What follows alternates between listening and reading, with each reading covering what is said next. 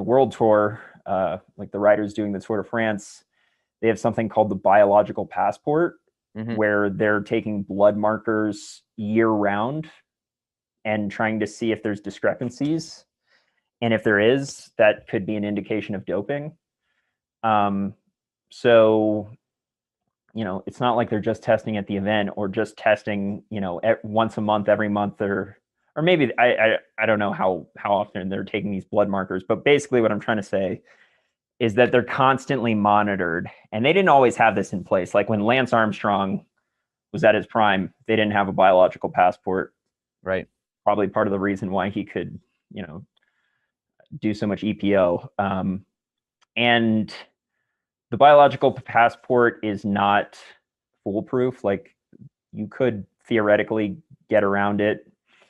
I'm not a doping expert or a doping doctor, so Yeah. I don't know how much I could go into that, but there are probably still riders doping, although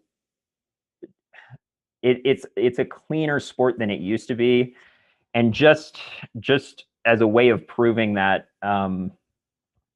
like the times of some of these climbs are still not as fast as they were in the 90s and early 2000s. Mm. And you have to take into consideration that the technology, like the bikes that they're on, are a lot faster, a lot better.